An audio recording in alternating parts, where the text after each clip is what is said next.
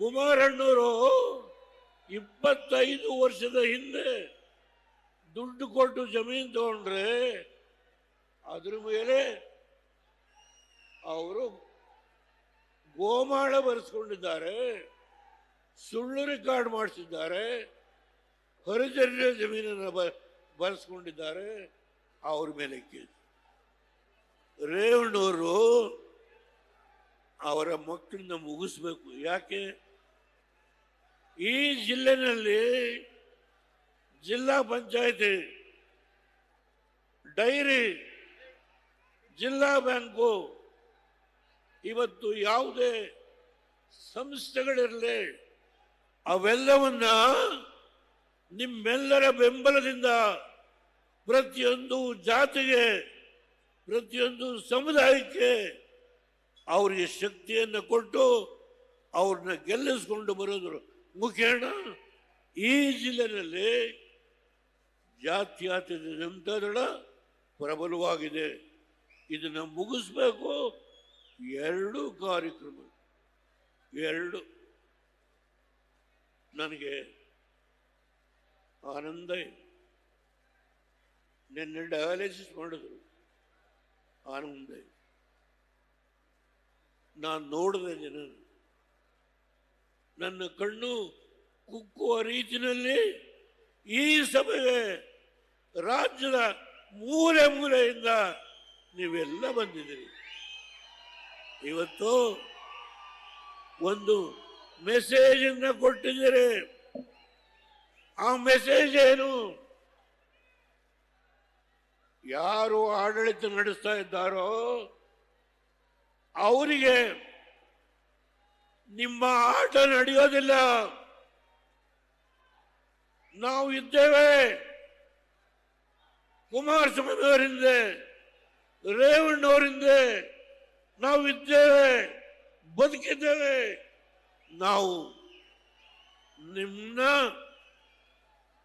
ಇವತ್ತು ಚೆಲ್ಲಾಟ ರೇವಣ್ಣವ್ರನ್ನ ನನ್ನ ಜೊತೆ ಕೂತಿದ್ದಾರೆ, ಬನ್ನಿ. ಅವರಿಗೆ ಇವತ್ತು ಉಡುಗೊರೆ ಕಾಲ ಬರುತ್ತೆ,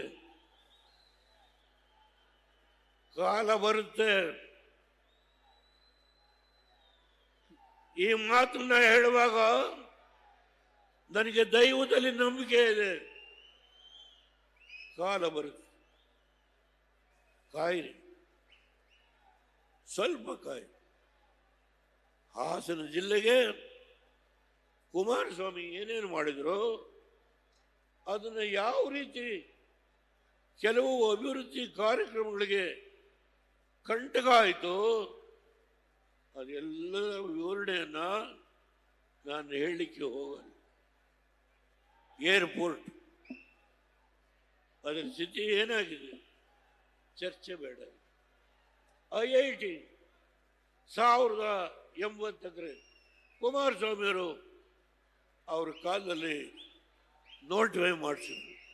ಈಗ ಆ ಜಾಗವನ್ನು ಯಾರ್ಯಾರು ಹೊಡ್ಕೋಬೇಕು ಅಂತ ಹೇಳಿ ನಡೆಸ್ತಾ ಇದ್ದಾರೆ, ಎಲ್ಲ ಗೊತ್ತಿದೆ. ಆದರೆ ಒಂದು ಮಾತನ್ನು ಹೇಳ್ತೀನಿ, ಏರ್ಪೋರ್ಟ್ ಜಾಗ ಗೊತ್ತಿದೆ ನಮಗೆ.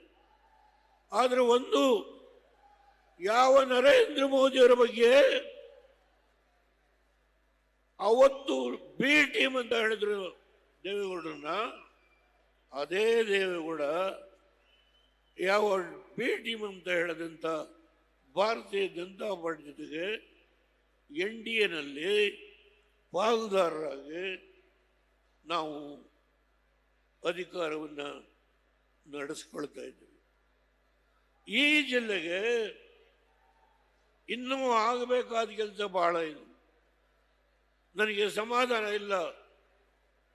ನಾನು ಇನ್ನು ಎಷ್ಟು ವರ್ಷ ಬದುಕಿರ್ತೇನೋ ಅಷ್ಟೊಳಗೆ ನನ್ನ ಮನಸ್ಸಿನಲ್ಲಿ ಈ ಜಿಲ್ಲೆಯ ಪ್ರತಿಯೊಂದು ಕುಟುಂಬಕ್ಕೆ ಆರ್ಥಿಕವಾದ ಶಕ್ತಿಯನ್ನ ತುಂಬಲೇಬೇಕು.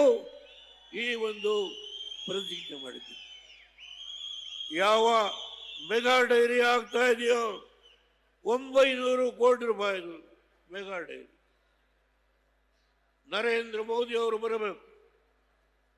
ಇದಕ್ಕಿಂತ ಇನ್ನೂ 1 ಪಟ್ಟು ಹೆಚ್ಚು ಸಭೆ ಸೇರಬೇಕು. ಅವತ್ತು ಅವ್ರ ಕೈಲೇ ಇನಾಗ್ರೇಟ್ ಮಾಡಿದ್ರು. ಯಾವ ನರೇಂದ್ರ ಮೋದಿ ಅವರು ಅವ್ರದ್ದು ರಾಹುಲ್ ಗಾಂಧಿ ಹೇಳ್ತಾರೆ, Narendra Modi finance is dead. ಏನಪ್ಪ ಹೇಳೋದು? ನರೇಂದ್ರ ಮೋದಿಯವರ ಆರ್ಥಿಕ ಸುಧಾರಣೆ ಸತ್ತು ಹೋಗಿದೆ. ಅಬ್ಬ, ಯಾರು? ರಾಹುಲ್ ಗಾಂಧಿ. ಒಂದು ಕಡೆ ವೋಟ್ ಚೋರಿ ಹೇಳಿ ಹೇಳಿ ಹೇಳಿ ಬಿಹಾರದಲ್ಲಿ 6 ಸೀಟ್ ಬಂತು. ಆ ವೋಟ್ ಚೋರಿ ಹೇಳಿ ಹೇಳಿ 6 ಸೀಟ್. ಆ 6 ಸೀಟ್ ಬಂದ್ರೆ 6 ಸೀಟ್ ಇವತ್ತಾಗಲೇ ಅವ್ರು NDA ಹೊರಟೋದು. ಗ್ಯಾರಂಟಿ ನ್ಯೂಸ್, ಸುದ್ದಿ ಖಚಿತ, ನ್ಯಾಯ ನಿಶ್ಚಿತ.